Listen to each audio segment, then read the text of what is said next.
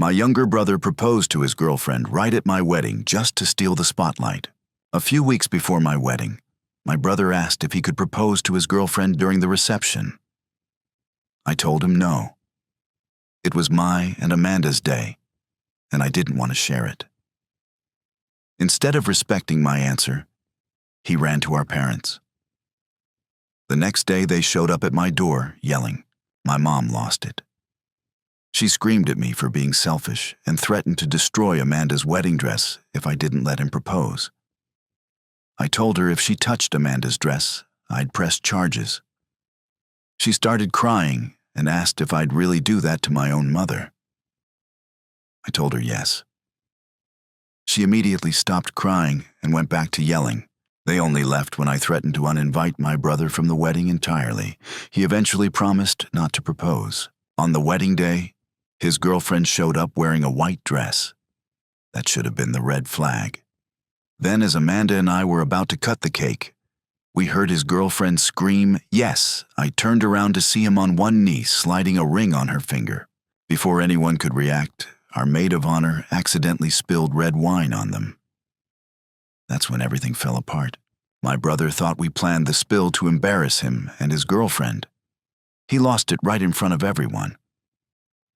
Amanda and I could feel the tension in the room. All eyes were on us. He stormed over to the maid of honor, who was clearly mortified and trying to clean up the mess. She apologized and explained it was an accident, but he didn't believe her. He yelled at her, accused her of doing it on purpose, and wouldn't let up. She started crying. Guests jumped in trying to de-escalate, but it only got worse. I stepped in to calm things down, and that just made him angrier. Out of nowhere, he shoved me. I stumbled back, caught off guard, and shoved him in return. Then it escalated fast. We ended up in a full-on fight, grabbing each other, throwing punches. Amanda had enough and called the police. When the cops arrived, they spoke to several guests and pieced together what happened. It was humiliating to have to explain everything, especially at what was supposed to be our celebration. Eventually, they told my brother and his fiancée to leave. As they were being escorted out, my brother yelled about how a certain bridesmaid had ruined their day. Watching him go was a relief, but also painful. He was still my brother. The rest of the wedding felt hollow. A lot of guests quietly slipped out, apologizing on their way. The next morning, my phone wouldn't stop buzzing. It was my parents calling from Italy, where they decided to take a vacation instead of attending the wedding. My brother had already called them and given his version of the story. From the moment they started talking, it was obvious they were on his side. They always had been. My younger brother, the baby, could do no wrong. They scolded me for letting things get out of hand. They said I needed to bail him out of jail. He'd been arrested after mouthing off to the police outside the venue. On top of that, they wanted me to pay for his fiancée's wine-stained dress, the same dress she had planned to wear at their future wedding. I snapped. I brought up years of favoritism and double standards.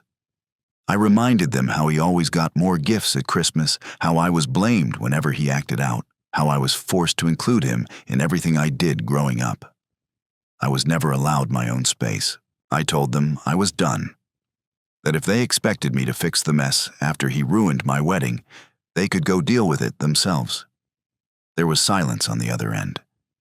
Then they told me they were cutting their trip short and hung up. They came home that same day and bailed out my brother. The next morning, I tried to push the drama aside. I was in the kitchen making Amanda breakfast. I wanted to give her something good after everything that happened. But when I brought the tray into the bedroom, she was already awake, eyes puffy from crying. I set the tray down and sat beside her. I told her about the call with my parents. She just listened, quiet, but clearly hurt. I promised her we wouldn't let anyone ruin the rest of our lives. I handed her the tray pancakes, strawberries, whipped cream, her favorite. She smiled. I told her we were going shopping today. I knew she had been eyeing a pair of shoes last time we were at the mall. She laughed and said she'd love that. So we stayed in bed a while longer, finishing breakfast, before heading out for a quiet day together. While Amanda was in the dressing room, my phone rang. was my brother. He was clearly drunk. He told me our parents had promised him a lot money property, even the family inheritance. He said I'd never get a dime. I asked him what he meant, and he told me about a trust fund with only his name on it. He said he'd seen Dad's will and that I wasn't even mentioned. I told him he was lying. He just laughed and said the reason I was always so bitter was because I wasn't really part of the family. He told me I wasn't their real son, that our dad had an affair and I was the result. My biological mother didn't want me, so my dad raised me with his wife. But they never saw me as theirs. He called me a mistake. I told him he was drunk and just trying to hurt me. He said if that were true, how come I had dark eyes when everyone else in the family had blue or green? He said Grandma had even tried to convince Mom and Dad to put me in the system. But by then, it was too late. I asked him how long he had known, and he said he'd always known. They told him when he was little. I didn't know whether to believe him or not. Maybe it was just another low blow. But it hit me hard. The coldness from my parents, the favoritism, the inheritance. It all started to make a disturbing kind of sense. When we got home later that day, Amanda stepped out of the car just as my brother, his fiancée, and our parents arrived. The tension was immediate. They started arguing with us again. My parents insisted that we replace the wine-stained dress and compensate his fiancée for emotional distress. I told them they should be paying us for what happened. Amanda calmly explained to them that his fiancée wore white to our wedding and that he proposed during our cake cutting. But they didn't care. His fiancée snapped and started insulting Amanda, calling her names and accusing her of arranging the wine spill out of jealousy. Amanda calmly admitted she had arranged it. That simple statement set everything off. His fiancée lunged at Amanda, trying to attack her. I stepped in and pushed her back to protect my wife. My brother came swinging again. My dad threatened to call the police. Nothing stopped it. Eventually, the police arrived again, and this time both my brother and I were arrested. We were taken to the station in the back of a cop car. During the ride, he laughed to himself. I asked him what was so funny, and he said, "You want to know the real reason Mom and Dad never liked you?" I said nothing. He said again that I wasn't their real son, that I was born from an affair, that Mom never wanted me. That's why they never treated me like family. Why I wasn't in the will. I didn't want to believe it. But I couldn't ignore how much it explained. When we arrived at the station, Amanda was already there. She bailed me out. My brother, still in his cell, was yelling for Amanda to help him too. She looked at him and said, "Ask your fiancé," and we walked out.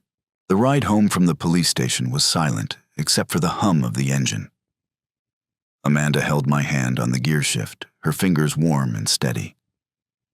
I looked at her, wondering how much more of this she could take, how much more I could take. I told her what my brother said in the police car, that I wasn't really my parents' child, that I was the result of an affair, that my biological mother hadn't wanted me, and my dad and his wife had raised me only out of obligation. I told her how my brother claimed to have known since he was little, how he said the reason I was excluded, forgotten, unloved, was because I didn't belong in the first place. Amanda was quiet for a long time. Then she reached over and squeezed my hand again. "You don't have to decide anything now," she said. "But whatever you choose, asking them about it or not, I've got your back." That night, I didn't sleep much. My brain kept looping in the same thoughts. Was it true? Was that why I'd always felt like I was outside looking in, why birthdays felt like obligations to them, why they never celebrated my wins the way they celebrated his? But what would confronting them even change? If it was true, then, what they were never going to love me the way I had needed them to. 3 years passed.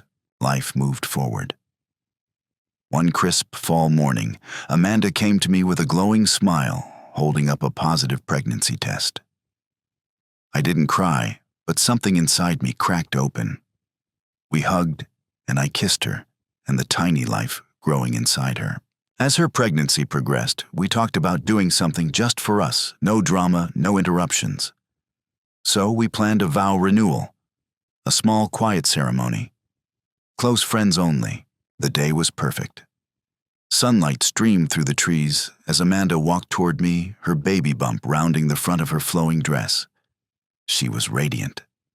That moment washed away the shadow of our first wedding. We were rewriting our beginning. A few months later, life turned again. Our parents died in a car accident. Despite everything, I felt a deep sadness. We'd had a complicated, painful relationship, but they had still raised me, fed me, clothed me. I felt the weight of obligation and grief, and I went to the funeral. Amanda stood by me as always. It was a cold, overcast day. Family and friends gathered under the gray sky. My brother stood at the edge of the crowd, apart from everyone. His face was blank, but there was something unsettling about him. He avoided my eyes. He didn't cry. If anything, he looked content. During the service, I kept glancing at him, trying to read his expression. There was no warmth, no pain. He was completely detached, like he had already moved on or had been waiting for this day. Afterward, I watched him walk away, before I even got a chance to speak to him. His fiancée clung to his side, and they disappeared into their luxury SUV like they couldn't wait to leave. For a while, life returned to a quiet normal. Amanda and I prepared for the baby cribs, onesies, bottles, sterilizers, diapers, late-night reading about sleep cycles. I had no idea babies required this much stuff. Occasionally, we heard things through the family grapevine. My brother and his fiancée had burned through their inheritance faster than anyone thought possible. There were whispers of reckless spending, lavish trips, new cars, parties every other weekend. Now the money was drying up. Then, one evening, a cousin called me.